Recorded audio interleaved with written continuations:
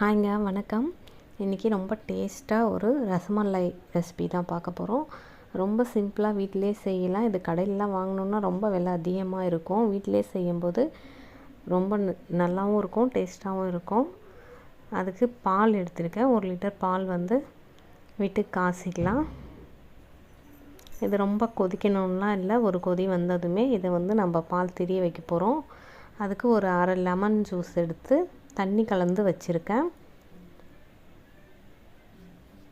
இது போல் நல்லா கலந்து வச்சுட்டு பால் ஒரு கொதி வந்ததும் ஒரு அரை கப் அளவுக்கு எடுத்து கொஞ்சமாக குங்குமப்பூ கலந்து வச்சுக்கலாம். தனியாக ஒரு கலர் கொடுக்கும், அதுக்காக வாசனையாகவும் இருக்கும்.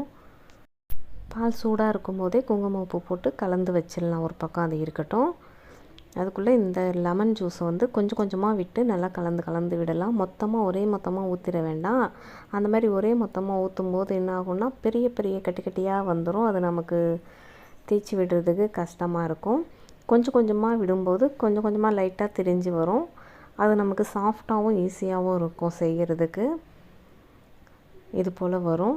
இப்போ இது நல்லா ஃபுல்லாக திரிஞ்சு வந்ததும் கேஸ் ஆஃப் பண்ணிடலாம். ஆஃப் பண்ணிட்டு இப்போ இதை வடிகட்டிக்கலாம்.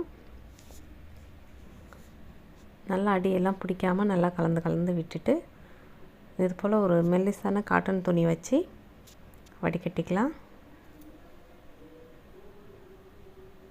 நல்லா தண்ணி இல்லாமல் புழிஞ்சிருங்க. புழிஞ்சிட்டு இதை நம்ம மறுபடியும் ஒரு 2-3 முறை தண்ணி விட்டு கழுவிக்கலாம். ஏன்னா நம்ம லெமன் ஜூஸ் விட்டுருக்கோம், அந்த புளிப்புத்தன்மை இருக்கக்கூடாது. அதனால் ஒரு 2-3 முறை நல்ல தண்ணி விட்டு கழுவிக்கலாம். அதையும் தண்ணி இல்லாமல் நல்லா புழிஞ்சிட்டு இப்போ இது நல்லா பார்த்திங்கன்னா பிசைஞ்சிக்கலாம். சாஃப்டாக வர வரைக்கும் பிசையணும். அப்போ தான் அந்த ஸ்வீட் நல்லா சாஃப்டாக வரும். பாருங்கள், இந்த அளவுக்கு நல்லா சாஃப்டாக பிசைஞ்சாச்சு. இப்போ இதை ஒரு 5 நிமிஷம் வச்சிடலாம். ஒரு 5 நிமிஷத்துக்கு அப்புறம் எடுத்து நமக்கு தேவையான அளவுக்கு உருண்டையெல்லாம் பிடிச்சிக்கலாம். உருண்டையாக இருந்தாலும் இல்லை இது போல் தட்டையாக பேடா ஷேப்பில் இருந்தாலும் நம்ம விருப்பம் எப்படி வேணாலும் நமக்கு செஞ்சுக்கலாம். இது போல் எல்லாத்தையும் செய்து வச்சுட்டு இப்போ ஒரு பாத்திரத்தில் கொஞ்சமாக சர்க்கரை சேர்த்து தண்ணி விட்டு கொதிக்க விடலாம். அந்த சர்க்கரை நல்லா கரைஞ்சதும் நம்ம செஞ்சு வச்சுருக்க உருண்டைகளை இதில் சேர்த்து மூடி வைக்கணும்.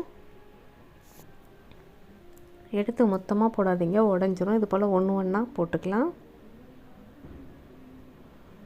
போட்டுட்டு அப்படியே மூடி வச்சிடலாம். ஒரு 2-7 நிமிஷம் கொதிக்கட்டும். இப்போ ஒரு பாத்திரத்தில் ஒரு 1/2 லிட்டர் பால் வச்சுருக்கேன். அதில் இந்த குங்குமப்பூ போட்டு கலந்து வச்சுருந்தோம் இல்லையா, அந்த பாலையும் சேர்த்து கொதிக்கட்டும். இப்போ கூட கொஞ்சம் நட்ஸ் எல்லாம் சேர்த்துக்கலாம். பாதாம், பிஸ்தா, முந்திரி பருப்பு, என்னென்ன நட்ஸ் இருக்கோ எல்லாமே சேர்த்துக்கலாம்.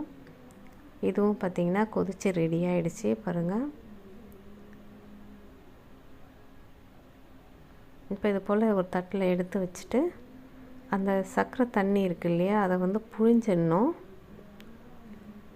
இப்போ இதில் சர்க்கரை சேர்த்துக்கலாம் பாலில் கொஞ்சம். இப்போ இதிலேருந்து அந்த தண்ணியை புழிஞ்சிட்டு பாலில் சேர்த்துக்கிறோம். இது போல் எல்லாத்தையும் புழிஞ்சு அதில் சேர்த்துட்டு ஃப்ரிட்ஜில் ஒரு 1/2 மணி நேரம் வச்சுட்டு சில்லுன்னு சாப்பிடும்போது ரொம்ப நல்லாயிருக்கும். இது போல் பேக்கரியிலலாம் வாங்கி சாப்பிட்றது நமக்கு அவ்வளோவா கட்டுப்படி ஆகாதுன்னு சொல்லுவோம். ஒவ்வொரு ஸ்வீட்டே பார்த்தோம்னா 20-30 இருக்கும். இந்த மாதிரி நம்ம வீட்டிலே செய்து சாப்பிட்லாம். லோ பட்ஜெட்டில் நிறையவும் சாப்பிட்லாம். நீங்களும் செய்து பாருங்கள், எப்படி இருக்குன்னு கமெண்ட் பண்ணுங்கள். சூப்பராக இருந்ததுங்க. ட்ரை பண்ணி பாருங்கள். தேங்க்யூ.